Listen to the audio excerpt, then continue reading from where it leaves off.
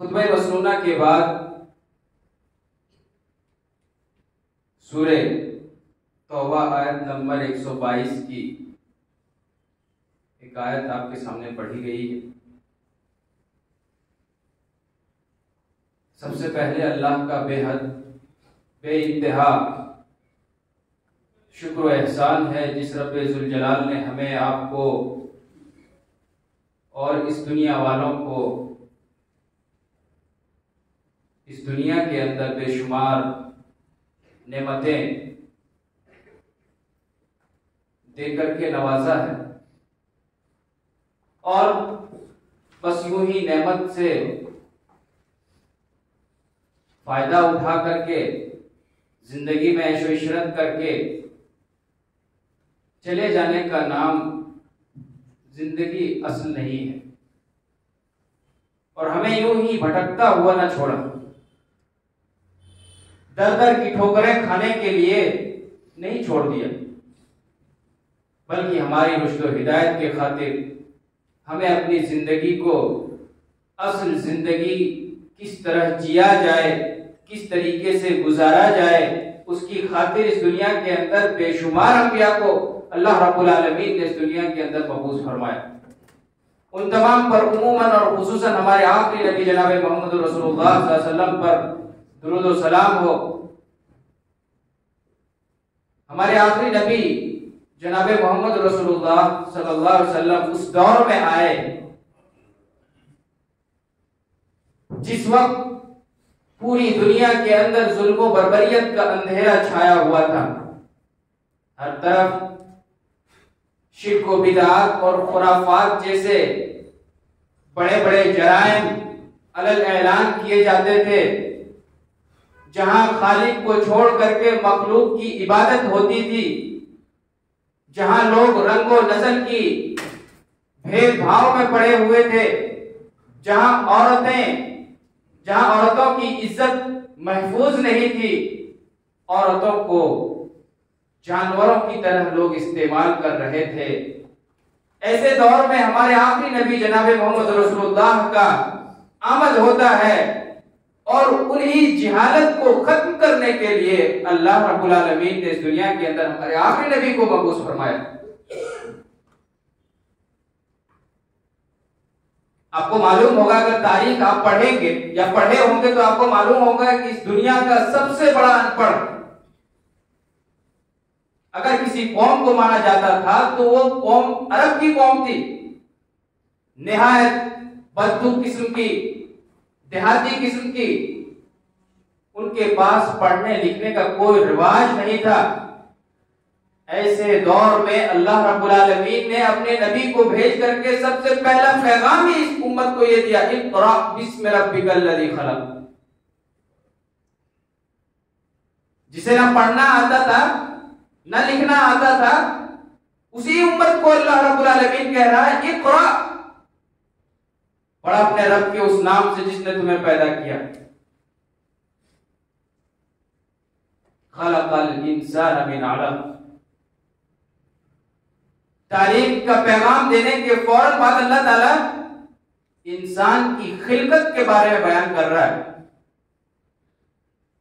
कि इंसान को खून के एक लोथड़े से पैदा किया।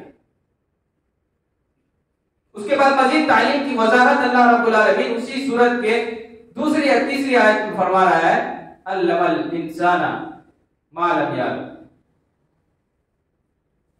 कि इंसान को अल्लाह ने वो चीज सिखाई जो वो नहीं जानता था। गोया इस उम्मत के ऊपर फर्ज है, उम्मत मोहम्मदिया के ऊपर लाजिम है कि जिस उम्मत का पहला दर्स था इक़रा, पढ़ो, तो उस पर लाजिम है कि वो पढ़ें। क्या पढ़ें? इसकी भी वजाहत कुरान और हदीस के अंदर अभी तफसीलवार आपके सामने जिक्र किया जाएगा। उन्वान दिया गया है इल्म की अहमियत और उसकी फजीलत। तो यहां इल्म से मुराद इल्म दीन को लेकर के और उसी मौजू की वजाहत होगी। उसके बाद दुनियावी इल्म क्या है, कैसा है, मुख्तसरन उसके बारे में भी इंशाअल्लाह रोशनी डाली जाएगी।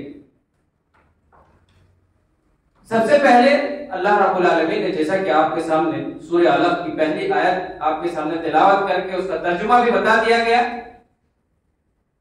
कि इस उम्मत का पैगाम असल है इकरा, पढ़ना है। सूरह तौबा आयत नंबर 122 जो मैंने आपके सामने अभी खुतबे मसनूना में पढ़ा, उसमें किस तरह तालीम हासिल करें, कौन हासिल करे, क्या पूरे शहर के लोग हासिल करें, इसकी वजाहत अल्लाह रब्बुल आलमीन ने उसके अंदर फरमा दिया है। अल्लाह ताला ने कहा वमा कानल मुमिनूना लियनफिरू काफ़ा, मोमिनों के लिए मुनासिब नहीं है कि पूरे के पूरे गांव के लोग एक साथ निकल जाएं, मदरसे चले जाएं, ऐसा नहीं करना है। अल्लाह ने कहा फलाउला नफरा मिन कुल्ली फिरक़तिन लियतफ़क़्क़हू फ़िद्दीन, चाहिए कि गांव के कुछ एक जमात ऐसी हो जो खास इल्म दीन के लिए निकले। लियतफ़क़्क़हू फ़िद्दीन, क्यों? ताकि दीन को समझे, उसको हासिल करे, उसकी फुकाहत को हासिल करे। दीन के अंदर कोई जाकर के आलिम बने, कोई फाजिल बने, कोई मुफ्ती बने, ये अल्लाह का हुक्म है। लियतफ़क़्क़हू फ़िद्दीन, कौम वालों में से कुछ एक जमात ऐसी होनी चाहिए जो बाहर जाकर के, जहां इल्मी मदारिस हैं, जहां बड़े बड़े यूनिवर्सिटी हैं इल्म दीन हासिल करने के, वहां जाकर के इल्म की फुकाहत हासिल करें। उसके बाद दूसरी बात अल्लाह ताला कह रहा है वलियुनदिरु कौमहुम इज़ा रजअू इलैहिम, सिर्फ इल्म हासिल करके आकर के किसी जगह बैठ न जाए। वलियुनदिरु कौमहुम, अपनी कौम को आकर के डराए, उन्हें तंबीह करे, उन्हें आगाह करे। इज़ा रजअू इलैहिम, जब वो पढ़ करके फारिग होकर के इल्म हासिल करके अपनी कौम में वापस आ जाएं। लअल्लहुम यहज़रून, इसका फायदा क्या होगा? अल्लाह ने कहा शायद जब तुम ऐसा करोगे तो तुम्हारी कौम के लोग जो होंगे वो बाखबर हो जाएंगे, डर जाएंगे, आगाह हो जाएंगे, अल्लाह की अज़ाब और उसके वईदों को समझेंगे जब तुम इस तरह करोगे। पता क्या चला इस आयत करीमा से कि किसी कौम या किसी सोसाइटी या किसी गांव के पूरे लोगों को आलिम, हाफिज, कारी और मुफ्ती बनने की जरूरत नहीं है। उनमें से कुछ एक जमात भी अगर तैयार हो जाए, एक गांव है जहां 1000 की तादाद में लोग बसते हैं, रहते हैं, अगर वहां के 10 लोगों ने भी हासिल कर लिया इल्म अच्छी तरीके से, तो पूरी कौम को हैंडल कर सकता है, पूरी कौम को आगाह कर सकता है, उसको बाखबर रख सकता है। लेकिन इसका यह मतलब हरगिज नहीं निकलता है कि बाकी लोग बिल्कुल अनपढ़ रहे। इसका हरगिज ये मतलब नहीं निकलता है कि बाकी लोग 990 लोग जो रहते हैं गांव में वो बिल्कुल अनपढ़ रहे, उन्हें अलीफ भी मालूम ना हो, बा भी मालूम ना हो, ऐसा नहीं होना चाहिए। जो फराइज अल्लाह रब्बुल आलमीन ने हमारे ऊपर आयद किया है, जो फर्ज हमारे ऊपर किया है, उन चीजों की तालीम हासिल करना हमारे ऊपर फर्ज है। तलबुल इल्मी फरीज़तुन अला कुल्ली मुस्लिमिन व मुस्लिमतुन, इस हदीस से ये बात वाज़िह हो जाती है कि इल्म का हासिल करना हर मुस्लिम मर्द और हर मुस्लिम औरत पर फर्ज है। तो फर्ज का यहां मतलब बहुत सारे मुहद्दिसीन ने इसकी तशरीह इस हदीस की ये करते हुए बताया कि उन चीजों का इल्म हासिल करना हर मुसलमान पर फर्ज है जो चीज अल्लाह ने फर्ज कर दिया। जैसे मिसाल के तौर पे 5 वक्त की नमाज मुसलमानों के ऊपर फर्ज है। अब 5 वक्त की नमाज के ताल्लुक से जितनी चीजें हैं, नमाज के अरकान है, नमाज के शुरूत है, नमाज के बुतलान है, नमाज के फराइज हैं, अगर शुरू से लेकर के तकबीर से तस्लीम तक की तालीम उसको आना वाजिब और जरूरी है। इसका इल्म हासिल करना जरूरी है।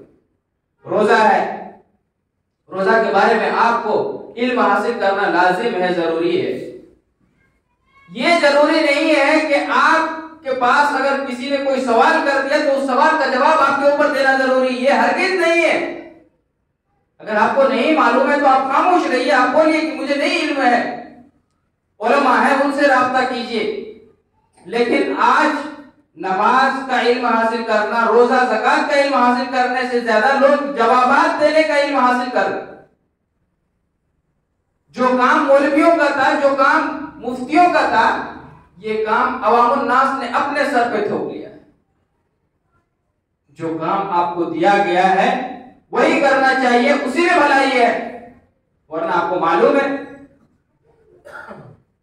अल्लाह के नबी सल्लल्लाहु अलैहि वसल्लम ने फरमाया, मन दल्ला अला खैरिन फलहु बिही मिथलु अज्रु फाइलिही, कि जिस शख्स ने किसी ऐसे आदमी को भलाई की रहनुमाई की जो उसको नहीं मालूम था, हमने उसको सीधे राह दिखा दी। मिसाल के तौर पर कोई रास्ता पे आपको मिल गया, भाई जरा ये एड्रेस बता दो, आपने उसको एड्रेस बता दी। कोई आया आपको पूछा कि मुझे नमाज पढ़ने का तरीका नहीं मालूम, आप सिखा दी। जब तक वो आदमी नमाज सही तौर पे पढ़ता रहेगा, या अगर उसने पढ़ करके और किसी और को भी सिखा दिया तो उसका सवाब और जिसको आपने सिखाया उसका सवाब आपको मिलता रहेगा, उतना ही जितना उस पढ़ने वाले को मिल रहा है उतना ही बताने वाले को भी मिलेगा। ठीक इसी तरीके से इसी का अपोजिट कर लीजिए कि अगर आपने किसी को गुमराह किया, अगर आपके पास किसी चीज का इल्म नहीं है और आपने किसी को कोई गलत राह की तरफ रहनुमाई कर दी और उस पर वो अमल करता रहा और उसने किसी और को भी बता दिया, तो उन लोगों को जो गुनाह मिल रहे हैं तो मिल रहे हैं, जितना उसको मिल रहा है उतना आपको भी मिलेगा। इसलिए इल्म फैलाने से पहले, इल्म दूसरों तक पहुंचाने से पहले उसके ऊपर आपको कॉन्फिडेंस होना चाहिए, 100% मालूम होना चाहिए कि नहीं ये हकीकत है, तब जाकर के आप किसी को बता सकते हैं। तो आज लोगों ने क्या कर लिया है, फतवाबाजी करने का अपने ऊपर थोप लिया है और जो काम उनको दिया गया है वो काम करते। ये होना चाहिए। आगे बढ़ते हैं। देखिए अल्लाह के नबी सल्लल्लाहु अलैहि वसल्लम को अल्लाह रब्बुल आलमीन ने कहा, व अंज़लल्लाहु अलैकल किताब वल हिकमा व अल्लमका मा लम तकुन तअलम। अल्लाह ने कहा कि और अल्लाह ने आपके ऊपर किताब और हिकमत नाजिल की है, वो अल्लमका मा लम तकुन तअलम, और अल्लाह ने आपको वो चीज सिखाई जो आप नहीं जानते थे। इस आयत से भी ये बात वाज़ेह हो जाती है कि नबी सल्लल्लाहु अलैहि वसल्लम बिल्कुल अनपढ़ थे, पढ़ना नहीं जानते थे, लेकिन अल्लाह ने उनके ऊपर एक ऐसी बोझ नाजिल कर दी और इस कदर उनको उस पर मेहनत करवाई गई कि अल्लाह के नबी सल्लल्लाहु अलैहि वसल्लम को पढ़ना आ गया लेकिन लिखना नहीं जानते। नबी सल्लल्लाहु अलैहि वसल्लम को पढ़ना आ गया लेकिन लिखना नहीं जानते थे। कुरान का इल्म कोई मामूली इल्म नहीं है भाई। अल्लाह ताला ने क्या फरमाया कुरान मजीद के बारे में, अगर इस कुरान को पहाड़ के ऊपर नाजिल कर दिया जाता तो पहाड़ रेजा रेजा हो जाता। इस कुरान की अहमियत इतनी है, इस कुरान का इल्म इतना अहम है। अल्लाह रब्बुल आलमीन ने कहा अगर इस कुरान को पहाड़ के ऊपर नाजिल कर दिया जाता तो कुरान पहाड़ रेजा रेजा होकर के बिखर जाता। इस भारी भरकम इल्म को नबी सल्लल्लाहु अलैहि वसल्लम के सीने पे बिठाया गया और अल्लाह रब्बुल आलमीन ने सिर्फ इतना ही नहीं बल्कि अल्लाह रब्बुल आलमीन ने फरमाया वकाना फज़लुल्लाहि अलैका अज़ीमा। ये कोई मामूली बात नहीं है, कुरान का इल्म हासिल करना ये कोई मामूली बात नहीं है। अल्लाह ने आपको जो किताब और हिकमत अता की है कोई मामूली बात नहीं, बल्कि अल्लाह की तरफ से ये आपके ऊपर बहुत बड़ी फजीलत है, बहुत बड़ी अजमत की बात है। अब जब नबी सल्लल्लाहु अलैहि वसल्लम को धीरे धीरे पढ़ना आने लगा तो अल्लाह के नबी सल्लल्लाहु अलैहि वसल्लम क्या करते थे, जैसे ही हजरत जिब्राइल वही लेकर के नाजिल होते, हजरत जिब्राइल आयत की तिलावत करते, अल्लाह के नबी सल्लल्लाहु अलैहि वसल्लम के ऊपर पढ़ करके सुनाते, अल्लाह के नबी फौरन फटाफट उसको रिपीट करने की कोशिश करते थे। अल्लाह रब्बुल आलमीन ने फौरन मना कर दिया, ये तरीका नहीं है। ला तुहर्रिक बिही लिसानक लितअजल बिही, कि आप अपने जुबान को हरकत मत दीजिए, जल्दी जल्दी मत कीजिए। ये तरीका नहीं है उस्ताद के सामने इस तरह करने की बात नहीं। हमारे सामने भी बच्चे पढ़ते हैं, अगर किरत सिखाया जा रहा है, अभी उस्ताद की जुबान से निकल नहीं पाया, तब तक वो उधर से रिपीट कर देते। ये बच्चों की जल्दबाजी है सीखने की। सेम वही कंडीशन नबी सल्लल्लाहु अलैहि वसल्लम के सामने भी था, लेकिन अल्लाह रब्बुल आलमीन ने फौरी तौर पर तंबीह करते हुए फरमाया कि देखिए, ला तुहर्रिक बिही लिसानक, आप अपनी जुबान को मत हरकत दीजिए। क्यों? अल्लाह रब्बुल आलमीन ने उसी आयत के अंदर आगे फरमाया, इन्ना अलैना बयाना, उसका बयान करना और उसको आपके सीने में जमा रखना, ये काम मेरा है, आपका नहीं।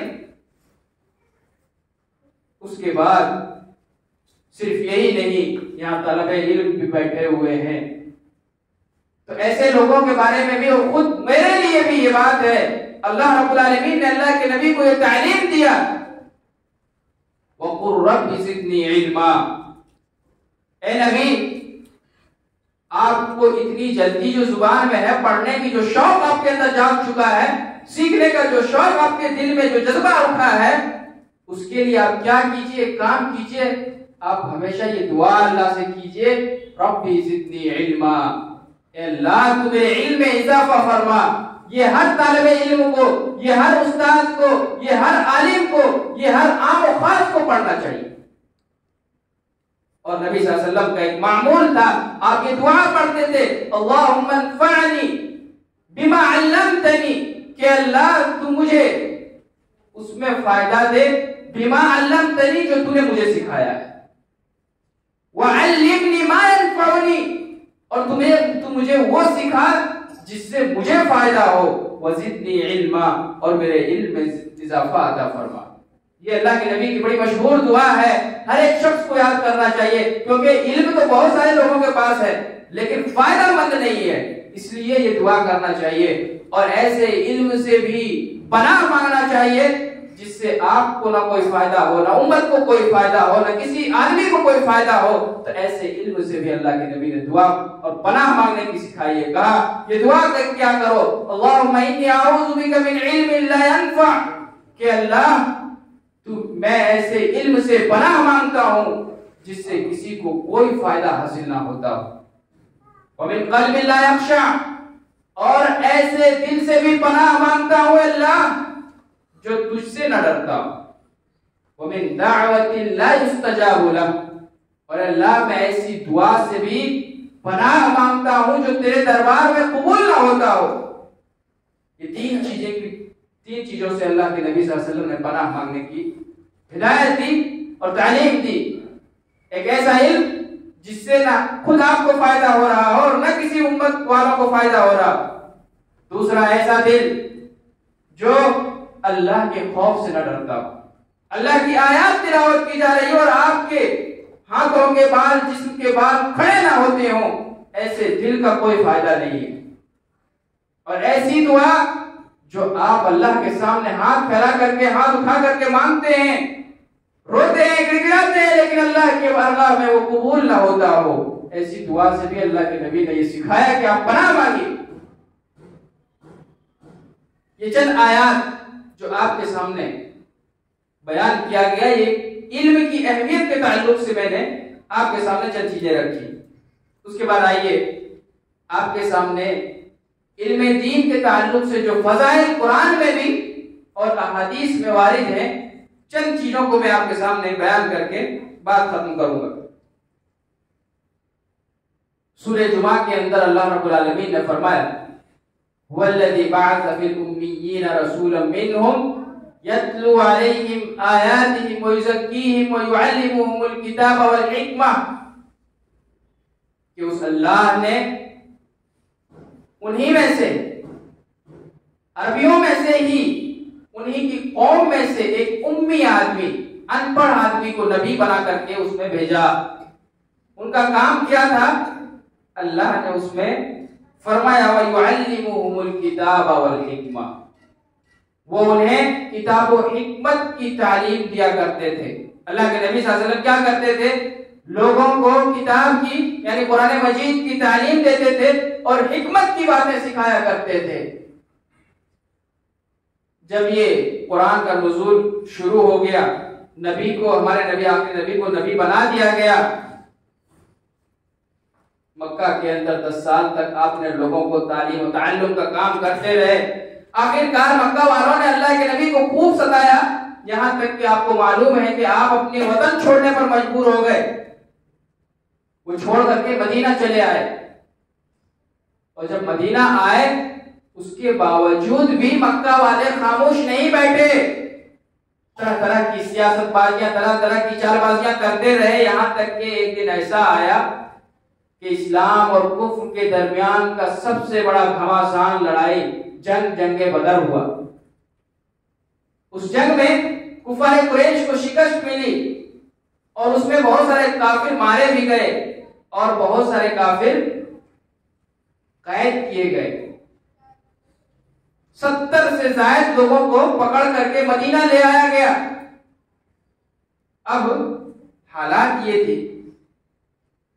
सहाबा कराम के पास अभी जो हिजरत करके मदीना आए थे उनके पास खुद का अपना घर नहीं था रहने के लिए, खाते क्या ये भी नहीं था। लेकिन अल्लाह के नबी सल्लल्लाहु अलैहि वसल्लम ने एक और मुसीबत, जो ग़ज़वे बदर के कैदी थे उनमें से एक को, हर एक को थमा दिया कि इसकी किफालत तुम्हारी जिम्मेदारी है, तुम इसकी देखभाल करोगे, तुम इसको खिलाओ पिलाओगे, ये सारी जिम्मेदारी तुम्हारी है। और अब उन कैदियों के ताल्लुक से यह फैसला हुआ, बहुत सारे सहाबा कराम का फैसला यह था कि सारे के सारे लोगों को बिठा करके गर्दन मार दिया जाए, सबके सर पे तलवार चला दी जाए, इसको पालने से क्या हमें फायदा होने वाला। लेकिन अल्लाह के नबी ने ऐसा न किया, बल्कि अल्लाह की तरफ से यह हुक्म नाजिल हुआ कि उनसे फिदिया लेकर के उन्हें रिहा कर दिया जाए, कुछ मुआवजा लेकर के, कुछ पैसे लेकर के, जुर्माने के तौर पे लेकर के उन्हें फिदिया कर दिया जाए। बहुत सारे मालदार थे, सरदार थे कुफार के, वैसे लोग जिनके पास पैसे थे, पैसा दिया और अपने कैदियों को छुड़ा करके ले गए। लेकिन उनमें कुछ ऐसे लोग भी थे जो बेचारे पैसे देने के काबिल नहीं थे। वहां से अल्लाह के नबी सल्लल्लाहु अलैहि वसल्लम की हिकमत की, यही अल्लाह रब्बुल आलमीन कह रहा है, युअल्लिमुहुमुल किताब वल हिकमा। अल्लाह के नबी ने ऐसा नहीं किया कि आप जो पैसा देने के लायक नहीं उसको भी छोड़ दो। अल्लाह के नबी ने वहां हिकमत अपनाया और कहा इनमें से देखो कि कौन लिखना जानता है और कौन पढ़ना जानता है, उन लोगों को पकड़ लो। और उन लोगों के हवाले कर दिया 10-10, 5-5 बच्चों को मदीना के, कि इन लोगों को तुम जब तक लिखना और पढ़ना नहीं सिखा देते तब तक तुम्हें रिहा न किया जाएगा। ये हिकमत थी अल्लाह के नबी सल्लल्लाहु अलैहि वसल्लम की। यहाँ एक बात और नोट के तौर पे याद रखिए कि अगर काफिर से भी कोई फायदेमंद चीज आपको मिल रही है तो ले लीजिए, चाहे वो इल्म हो, चाहे वो दौलत हो, चाहे वो उजरत हो, चाहे वो किसी किस्म का कोई काम हो। यहाँ इस वाक्य से ये बात वाज़ेह हो जा रही है कि अल्लाह के नबी सल्लल्लाहु अलैहि वसल्लम कुफारे कुरैश सब काफिर थे, कोई नबी को मानने वाले नहीं थे, इस्लाम को मानने वाले नहीं थे। लेकिन अल्लाह के नबी सल्लल्लाहु अलैहि वसल्लम ने क्या कहा कि इनमें से जो पढ़ना लिखना जानता है उनको पकड़ करके बोलिए, इन बच्चों को आप पढ़ना भी सिखाइए, लिखना भी सिखाइए। और उसका असर ये हुआ, एक दिन अब्दुल्लाह बिन मसूद रज़ी अल्लाह ताला अन्हु, सही मुस्लिम मुस्नद अहमद की ये रिवायत है कि अब्दुल्लाह बिन जुबैर रज़ी अल्लाह ताला अन्हु मस्जिद में खड़े होकर के लोगों के सामने दर्स दे रहे थे। उसमें नौजवान भी थे, बूढ़े भी थे, जवान भी थे और बगल में पर्दा नशीन खवातीन भी थी। हज़रत अब्दुल्लाह बिन मसूद रज़ी अल्लाह ताला अन्हु ने ये फरमाया कि अल्लाह की लानत हो उस औरत पर जो गुदना गुदवाती है उसके ऊपर भी, और जो गुदना गोदती है उसके ऊपर। क्या है ये गुदना? ये जो टैटू बनवाते हैं जिस्मों के अंदर, उसको गोदना बोलते हैं। अल्लाह अब्दुल्लाह बिन मसूद ने क्या कहा कि अल्लाह की लानत हो उस औरत पर जो ऐसा काम करती है और जो ऐसा काम करवाती है, जो टैटू बनाने वाली है उसके ऊपर भी और जो बनवाती है ऐसे लोगों पर, ऐसी औरतों पर। तो वहां औरत का जिक्र है। याद रखिए, अगर कोई मर्द भी ऐसा काम करता है तो उसके ऊपर भी अल्लाह की लानत है। ये अभी फरमा ही रहे थे कि औरतों की जमात से एक औरत खड़ी होती है और कहती है अब्दुल्ला बिन मसूद ठहर जाइए। आपने कहा कि अल्लाह रब्बुल आलमीन की लानत हो ऐसी औरत पर। कहां है कुरान मजीद के अंदर? पूरी कुरान का मैं पढ़ चुकी हूं, पूरी कुरान का मुताला मैंने किया है। पूरी कुरान पढ़ करके सूरह फातिहा से लेकर के सूरह नास तक कहीं मुझे ये आयत नहीं मिली। अब्दुल्ला बिन मसूद और पूरे मजमा के लोग मुतवज्जह हो गए, देखने लगे कि आखिर ये औरत कह रही है कि पूरे कुरान में नहीं है। अब्दुल्ला बिन मसूद कह रहे हैं कि अल्लाह रब्बुल आलमीन की लानत हो ऐसी औरत पर। बड़े हिकमत के साथ अब्दुल्ला बिन मसूद रज़ी अल्लाह तआला अन्हु ने उनको जवाब दिया। अब्दुल्ला बिन मसूद रज़ी अल्लाह तआला अन्हु का कहना भी सही था और उस औरत का एतराज भी सही था। यहां ये बात मैं नोट के तौर पे याद दिलाना चाहूंगा कि आज हर शख्स के दिल में ये बात होनी चाहिए और हर औरत को, हर खवातीन, माँ और बहनों को ये इस कदर इल्म वाली होना चाहिए कि अगर कोई मौलवी मिंबर रसूल पर खड़े होकर के कोई अगर गलत बात कह करके निकल रहा है तो उसके कॉलर पकड़ने के लायक होनी चाहिए। क्यों नहीं हो सकती है? आज जब यही उम्मत की औरतें, यही उम्मत की बच्चियां डॉक्टर बन सकती है, लोगों के जिस्मों से गंदे मवाद को फाड़ चीड़ करके निकाल सकती है, ऑपरेशन कर सकती है, तो क्यों ना ये इल्म दीन हासिल करके इस लायक बन जाए कि अगर कोई गलत राह की तरफ रहनुमाई करे तो उसकी कॉलर पकड़ने के लायक बने। अब्दुल्ला बिन मसूद रज़ियल्लाहु तआला अन्हु के ऊपर जो एतराज किया गया, उस औरत ने एतराज करते हुए खड़ा हुआ और कहा कि आप ऐसी बात कह रहे हैं क्या कुरान में? दिखाइए मुझे। अब्दुल्ला बिन मसूद रज़ियल्लाहु तआला अन्हु ने कहा शायद तुमने कुरान को गौर से नहीं पढ़ा। कहा क्या तुम्हारी नजर इस आयत के ऊपर नहीं गुजरी? वमा आताकुमुर रसूल फखुदूह वमा नहाकुम अन्हु फंतहू अतीउल्लाह व अतीउर रसूल। क्या इन आयतों पे तुम्हारी नजरें नहीं पड़ी कि अल्लाह के रसूल जो दे वो ले लो, जिससे मना करे उससे रुक जाओ, अल्लाह और उसके रसूल की इताअत करो? उस औरत ने कहा जरूर ये आयतें तो मेरी निगाह से गुजरी, मैं पढ़ी भी इसको, लेकिन तुम साबित क्या करना चाहते हो? तुम जो बात कह रहे हो वो बात कहां है? कहा जब तुम इस आयत को पढ़ी हो तो क्या अल्लाह के नबी सल्लल्लाहु अलैहि वसल्लम ने अपनी हदीस में ये नहीं फरमाया कि उस औरत पर लानत है जो टैटू बनवाती है और जो बनाती है? औरत खामोश हो गई, बैठ गई और उसे भी समझ में आ गया कि अब्दुल्ला बिन मसूद क्या कहना चाह रहे थे। गोया अल्लाह के नबी सल्लल्लाहु अलैहि वसल्लम ने जिस चीज पर लानत फरमाई है उस पर अल्लाह रब्बुल आलमीन की भी लानत है। तो अब्दुल्ला बिन मसूद रज़ियल्लाहु तआला अन्हु भी खुद अपने ऊपर सही थे, उस औरत का एतराज भी सही था, क्योंकि कुरान में इस तरह की आयत तो नहीं है, लेकिन अल्लाह के नबी की बात गोया वो अल्लाह की बात है। तो गोया मैं बताना ये मकसूद है मेरा कि औरतों के अंदर भी ये तालीम होनी चाहिए, इतनी तरबियत होनी चाहिए, इस कदर माहिर होना चाहिए इल्म दीन का कि अगर कोई गलत बोले तो उसे पकड़ करके सही चीज की तरफ रहनुमाई कर सके।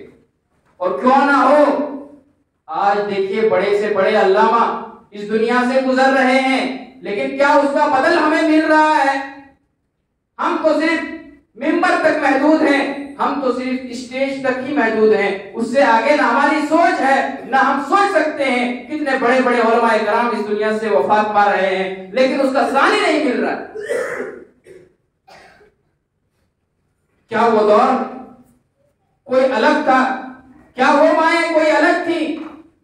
क्या वहां के बाप कोई अलग थे या कोई अलग मखलूक थी जिन्होंने हजरत इमाम बुखारी को जन्म दिया, जिन्होंने इमाम मुस्लिम को जन्म दिया, जिन्होंने इमाम निसाई, इमाम तिरमिजी, इमाम इब्न माजा को जन्म दिया? क्या वो कोई अलग माएँ थी? क्या आज की माओ के रहम में ये ताकत नहीं है? क्या इस तरह की औलाद हम पैदा नहीं कर सकते हैं? क्यों नहीं कर सकते हैं? लेकिन बात यह है कि हमारी औरतें इतनी मॉडर्न हो गई हैं, हमारी माएँ इतनी मॉडर्न हो गई हैं हालत हमल में होकर के आराम से पेट पर लेट करके और 3 दिन भर सीरियल देखेंगे तो बच्चे इमाम बुखारी कहां से पैदा होंगे? वो बच्चे तो कॉमेडियन निकलेंगे ना जी, क्योंकि बताया जाता है माहिरीन और हुक्मा का ये कौल है कि माँ हालत हमल में जो जो हरकतें करती है बच्चे के अंदर वो मुंतकिल होता चला जाता है। अगर वो नेगेटिव सोचती है तो बच्चा भी पैदा होने के बाद नेगेटिव पैदा होगा सोचने वाला। अगर माँ बैठ करके 3 दिन भर गाने सुनने की शौकीन है, बच्चे भी बड़े होने के बाद पैदा होने के बाद वैसे ही करेंगे। अगर माँ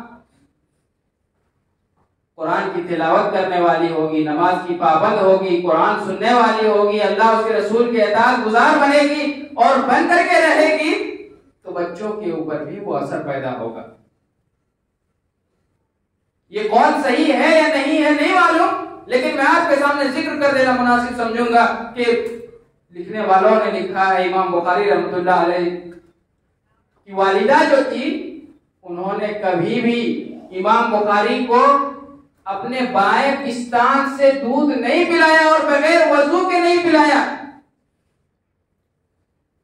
इतना एहतमाम किया है तब जाकर के वो इमाम बुखारी बने, तब जाकर के उनकी किताब का नाम असहुल किताब बाद किताबिल्लाह का दर्ज मिला कि किताब कुरान मजीद के बाद अगर इस दुनिया के अंदर कोई सबसे सही किताब है तो वो सही बुखारी है। तो मेरे कहने का मकसद ये है कि इल्म, आप इल्म दीन हासिल करें और बेहतरीन तरीके से हासिल करें ताकि वो दर्जा जो अल्लाह के नबी सल्लल्लाहु अलैहि वसल्लम ने इल्म हासिल करने वालों के लिए रखा है वो हमें भी मिले और उनके वालिदैन को भी मिले। आगे चलते हैं। अल्लाह के नबी सल्लल्लाहु अलैहि वसल्लम ने फरमाया इल्म सीखने वालों के लिए जन्नत की राह को आसान कर दिया जाता है, जन्नत के रास्ते को हमवार कर दिया जाता है। कहा अल्लाह के नबी ने मन सलका तरीकन यल्तमिसु फीही इल्मन सहहल्लाहु लहु बिही तरीकन इलल जन्नह। जो शख्स इल्म दीन हासिल करने के लिए अपने घर से निकलता है, इल्म दीन की तलाश में निकलता है, अल्लाह रब्बुल आलमीन उसके लिए जन्नत के रास्ते को आसान कर देता है। और यही नहीं बल्कि अल्लाह के नबी ने यह भी फरमाया कि जो शख्स अल्लाह की राह में इल्म दीन हासिल करने की जुस्तजू की नीयत से निकलता है तो फरिश्ते उनके लिए अपने पर को बिछा देता है कि कहीं इस तालिबे इल्म के पैरों में कोई कांटे न चुभ जाए, कोई तकलीफ ना हो जाए। ये फजीलत अल्लाह रब्बुल आलमीन ने ऐसे लोगों के लिए रखा है जो इल्म दीन हासिल करता है, जिसकी नीयत खाली इल्म दीन हासिल करने की हो। और यहीं तक महदूद न किया, उसी हदीस के अंदर अल्लाह के नबी ने फरमाया कि ये फरिश्ते हैं, उसके बाद समंदर में जीने वाले तमाम मखलूकात, जमीन के अंदर रहने वाली तमाम मखलूकात, ऐसे बच्चों के लिए या ऐसे लोगों के लिए जो इल्म दीन हासिल करने की नीयत से अपने घर से निकलते हैं, ऐसे लोगों के लिए मग़फ़िरत की दुआएं करते रहते हैं कि अल्लाह अगर इनसे कोई गुनाह हो जाए तो तू उसे माफ कर देना, क्योंकि उन्हें पता है कि यही एक बंदा है जो इस दुनिया के अंदर एक ये है, इसके जरिए से कई एक हिदायत की राह पर आएंगे। और ऐसे तालिबे इल्म के पीछे कई कई शैतान लगे रहते हैं पीछे उसे भटकाने के लिए, इसलिए वो तमाम मखलूकात हैं उनके लिए खैर की, भलाई की, अच्छाई की दुआएं करते रहते हैं। अल्लाह रब्बुल आलमीन से उस बंदे की मग़फ़िरत की दुआएं करते रहते हैं। अगर इल्म हासिल करेंगे तो अल्लाह ताला कहता है इन्नमा यख्शल्लाह मिन इबादिहिल उलमा। अगर ये इल्म जो है मामूली चीज नहीं है, अल्लाह का खौफ दिल के अंदर आने का एक सबब है, खशियत इलाही दिल के अंदर पैदा करने का एक वाहिद सबब अगर कोई हो सकता है तो वो इल्म है। अगर आपके पास इल्म है तो आपके दिल में अल्लाह का खौफ पैदा होगा। ये मैं नहीं, खुद कुरान मजीद में अल्लाह रब्बुल आलमीन फरमा रहा है कि अगर इस दुनिया के अंदर अल्लाह से खौफ करने वाला कोई शख्स है तो वो उलमा की जात है, वो उलमा की शख्सियत है। अल्लाह रब्बुल आलमीन ने फरमाया कि अगर इल्म हासिल करोगे तो तुम्हें दुनिया के अंदर भी इज्जत मिलेगी और मरने के बाद आखिरत में भी इज्जत मिलेगी। सूरह मुजादिला में अल्लाह ताला ने फरमाया, क्या फरमाया? यरफ़इल्लाहु अल्लज़ीना आमनु मिनकुम वल्लज़ीना उतुल इल्म दरजात। अल्लाह रब्बुल आलमीन उन लोगों के दर्जात को बुलंद करता है जो ईमान वाले हैं और जिन्हें इल्म दिया गया है। और पता है क्या चलता है, ये इल्म दीन महदूद नहीं है, अभी हासिल किए खत्म हो गया, ऐसा नहीं। डॉक्टर बने मर गए तो वहीं से वहीं खत्म हो गए, लेकिन आलिम बने, मुदर्रिस बने, इसका सिलसिला जो है ना इस दुनिया में भी रहेगा और मरने के बाद कब्र में भी रहेगा और आखिरत में भी मिलेगा। दलील अल्लाह के नबी सल्लल्लाहु अलैहि वसल्लम ने फरमाया, इज़ा मातल इंसानु इनक़ता अन्हु अमलु, जब इंसान मर जाता है उसके नामे अमाल मुनक़ते हो जाते हैं, बंद कर दिया जाता है, इल्ला मिन सलास, मगर 3 चीजें बाकी रह जाती हैं जो उसके कब्र में भी पहुंचाया जाता है। सदक़तिन जारिया, एक सदक़ा जारिया है। दूसरा का फरमाया औ इल्मिन युंतफ़उ बिही, या कोई ऐसा इल्म जिसके जरिए से लोग फायदा उठा रहे हों उनके मरने के बाद। कोई किताब लिख दिया हो या कोई तालिब इल्म अपने पीछे छोड़ दिया हो जो खुद कुरान पढ़ता हो, खुद पढ़ता हो, दूसरों को पढ़ाता हो, दूसरों को तालीम दे रहा हो, इस तरह का अगर सिलसिला कोई बना करके इस दुनिया से जाता है तो मरने के बाद भी उसे मिलता है। याद रखिए, यहाँ एक पॉइंट मैं आपको याद दिला करके बात अपनी खत्म करूंगा। यहाँ फरमाया अव इल्मिन युंतफ़उ बिही, ऐसा इल्म जो फायदेमंद। तो मैं कहूंगा आप अपनी औलाद को जो इल्म दीन थोड़ा बहुत जानते हैं वो आप खुद उनको सिखाएं। मसलन सूरह फातिहा ही क्यों ना हो, आप खुद अपने बच्चे को पढ़ाएं, खुद सिखाएं। सूरह इखलास ही क्यों ना हो, कम से कम जितना आपको याद है अपनी इल्म को अपने बच्चों में मुंतकिल करें, ताकि ये इल्म जो आपने अपने बच्चों को सिखाया है कब्र तक पहुंचेगा आपको ये सवाब। हर एक चीज मौलवियों के ऊपर मत डालिए, उनको दूसरे इल्म भी सिखाइए मौलवियों के जरिए से, लेकिन कम से कम जो आपको याद है वो बातें आप अपने बच्चों को खुद अपनी जुबान से याद करवाइए, ताकि आपके लिए सदका जारिया बनेगा। आखिरी बात, अल्लाह रब्बुल आलमीन, अल्लाह के नबी सल्लल्लाहु अलैहि वसल्लम ने फरमाया इल्म दीन हासिल करना ये सुकूनत का बाइस बनता है, ये रहमत का बाइस बनता है और फरिश्तों की रिफाकत का बाइस बनता है। फरिश्तों के दरमियान हमारी दोस्ती और उनके साथ उठने बैठने वालों में हमारा जिक्र होता है। अल्लाह के नबी ने फरमाया मज्तमा कौम फी बैतिन मिन बुयूतिल्लाह यतलूना किताबल्लाहि व यतदारसूनहु हफ़्फ़तहुमुल मलाइका व गशियतहुमुर रहमा व ज़करहुमुल्लाहु फी मन इंदा। अल्लाह के नबी ने फरमाया कोई कौम, कोई जमात जो अल्लाह के घरों में से किसी घर में बैठ करके अल्लाह की किताब को पढ़ता है, समझता है, दूसरे को समझाता है,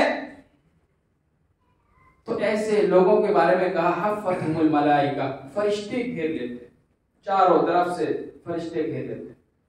वग़शियतहुमुर रहमा, अल्लाह रब्बुल आलमीन की रहमत साया फगन हो जाता है। जिस तरीके से धूप में कहीं साया है, वैसे ही अभी अल्लाह रब्बुल आलमीन की रहमत हमारे ऊपर पड़ी हुई है।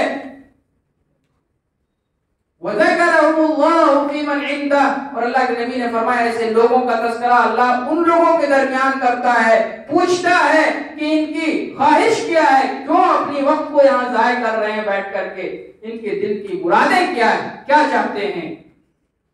उन फरिश्तों से करता है जो अल्लाह रब्बुल आलमीन के इर्द गिर्द बैठे रहते हैं। वह हमारा तज़किरा अल्लाह सातों आसमान के ऊपर करता है अगर हम इल्म दीन हासिल करने की नीयत से अपने घर से निकलते हैं। तो ये चंद बातें थी जो मैंने आपके सामने किताब व सुन्नत की रोशनी में रख दिया। अल्लाह रब्बुल आलमीन से दुआ करता हूँ परवरदिगार आलम जो बातें कही गई हैं किताब व सुन्नत की रोशनी में, अगर वो सच और हक है तो सबसे पहले मुझे उस पर अमल करने की तौफीक अता फरमा, उसके बाद आप सबको भी उस पर अमल करने की तौफीक अता फरमा। परवरदिगार आलम हम सबको इल्म दीन की अहमियत, उसकी फजीलत और उसको हासिल करने की तौफीक अता फरमा। रब्बुल आलमीन जो जानते हैं कुरान पढ़ना उनके लिए तो बेहतर यह है कि दूसरों को सिखाएं, जो नहीं जानते हैं उनके लिए मैं ये कहूंगा कि आप सब लोगों से कि इल्म दीन में खुसूसन कुरान मजीद को पढ़ना सीखें, क्योंकि कुरान के ताल्लुक से, इल्म के ताल्लुक से आपको कब्र में भी सवाल किया जाएगा और आखिरत में भी सवाल किया जाएगा। अल्लाह ताला से दुआ करते हैं रब्बुल आलमीन जो इस दुनिया से जा चुके हैं, अल्लाह तू उनकी मग़फ़िरत फरमा, अल्लाह रब्बुल आलमीन तू उनकी कब्रों को नूर से भर दे, करवट करवट जन्नत नसीब अता फरमा। मुसलमानों को, हम सब को इत्तेहाद और इत्तिफाक के साथ मिलजुल करके एक दूसरे से उल्फत और मोहब्बत के साथ रहने की तौफीक अता फरमा। आमीन व आखिरु दावाना अल्हम्दुलिल्लाहि रब्बिल आलमीन व रफ़अनी व इय्याकुम बिहदिल्लाहि ज़िक्रिल हकीम। इन्नहु तआला जवादुल मलिक वर रऊफ रहीम।